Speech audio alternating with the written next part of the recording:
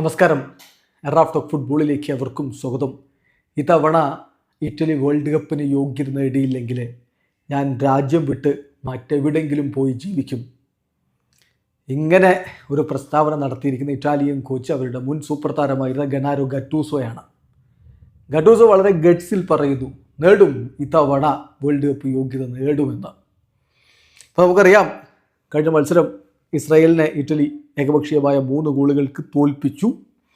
ഇനി 2 മത്സരങ്ങളാണ് world cup ക്വാളിഫയറിൽ ഇറ്റലിക്കുള്ളത്. നവംബറിലാണ് ആ കളികൾ. ഒന്ന് മോൾഡോവക്കെതിരെയും മറ്റൊന്ന് നോർവേക്കെതിരെയുമാണ് ആ മത്സരങ്ങൾ. നവംബർ 14 പുലർച്ചെ ഇന്ത്യൻ സമയം 1:15 മോൾഡോവക്കെതിരെയും നവംബർ 17 പുലർച്ചെ ഇന്ത്യൻ സമയം 1:15 നോർവേക്കെതിരെയുമാണ് അവരുടെ മത്സരങ്ങൾ. നിലവിൽ ഗ്രൂപ്പ് ഐയിൽ 1-ാം സ്ഥാനത്തുള്ളത് നോർവേയാണ്. 6 കളികൾ 18 പോയിന്റ്.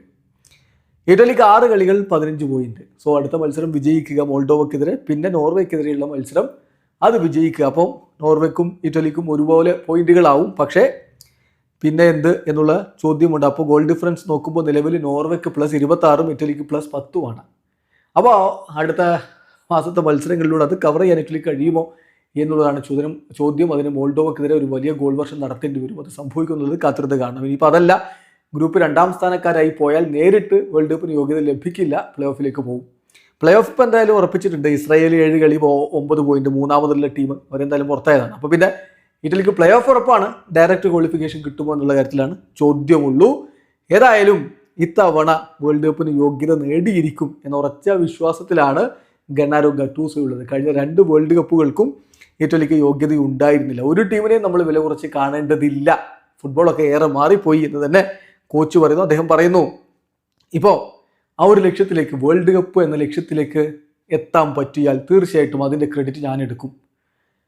പക്ഷേ ഇനി അത് പറ്റിയില്ലെങ്കിലോ, ഞാൻ ഇറ്റലിയിൽ നിന്ന് ഏറെ ദൂരെ പോകും. ഇവിടം വിട്ട് മറ്റൊരിടത്ത് പോയി ഞാൻ ജീവിക്കും തീർച്ചയായിട്ടും. ഇപ്പോൾ നമ്മളൊരു ടീമിനെയും ചെറുതാക്കി കാണേണ്ടതില്ല. ഫുട്ബോൾ ഒരുപാട് മാറിപ്പോയിട്ടുണ്ട്. അതുകൊണ്ട് തന്നെ എല്ലാ ടീമുകളിൽ നിന്നും നമ്മൾ കനത്ത പോരാട്ടം തന്നെ പ്രതീക്ഷിക്കണം. ഏതായാലും എന്നെപ്പോലെയുള്ള ആളുകൾ, ഒരുപാട് എക്സ്പീരിയൻസ് ഒക്കെയുള്ള ആളുകൾ ഈ ഒരു ജോലി ഏറ്റെടുക്കാൻ മുന്നോട്ട് വരണം. അതാണ് ഞാനും ചെയ്തിട്ടുള്ളത്. അതുകൊണ്ടാണ് എന്നെ വിളിച്ചപ്പോഴേ ഞാൻ കോച്ച് എന്ന രൂപത്തിലേക്ക് എത്തിയത്, ടീമിനെ സഹായിക്കാൻ വേണ്ടി എത്തിയത്.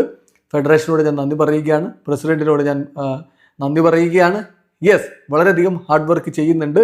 വളരെ കുറഞ്ഞ് മാത്രമേ ഞാനിപ്പോൾ ഉറങ്ങുന്നുള്ളൂ. പക്ഷേ നമുക്ക് വിജയിക്കണം, നമുക്ക് മുന്നോട്ട് പോകാൻ പറ്റും എന്നെനിക്ക് ഉറപ്പുണ്ട് എന്നാണിപ്പോൾ അദ്ദേഹം പറഞ്ഞത്. അതോടൊപ്പം അദ്ദേഹം പറയുന്നു, നമുക്കിപ്പോൾ ഒരു ടീമിനെയും ഒരിക്കലും അണ്ടർ എസ്റ്റിമേറ്റ് ചെയ്യാൻ പറ്റില്ല. ഫുട്ബോളൊക്കെ വലിയ രൂപത്തിൽ മാറിപ്പോയിട്ടുണ്ട് എന്ന കാര്യം നമ്മൾ മറക്കാതിരിക്കുക. ഒരു ടീമിനോടും നമ്മൾ കെയർലെസ് ആയിട്ട് കളിക്കാതിരിക്കുക, അത് ഇമ്പോർട്ടൻ്റ് ആണ് എന്നുകൂടി അദ്ദേഹം പറയുന്നുണ്ട്. വീഡിയോ അവസാനിക്കുന്ന ഫുട്ബോൾ ലോകത്തെ കൂടുതൽ വിശേഷങ്ങളുമായി റാഫ് ടോക്സിൻ്റെ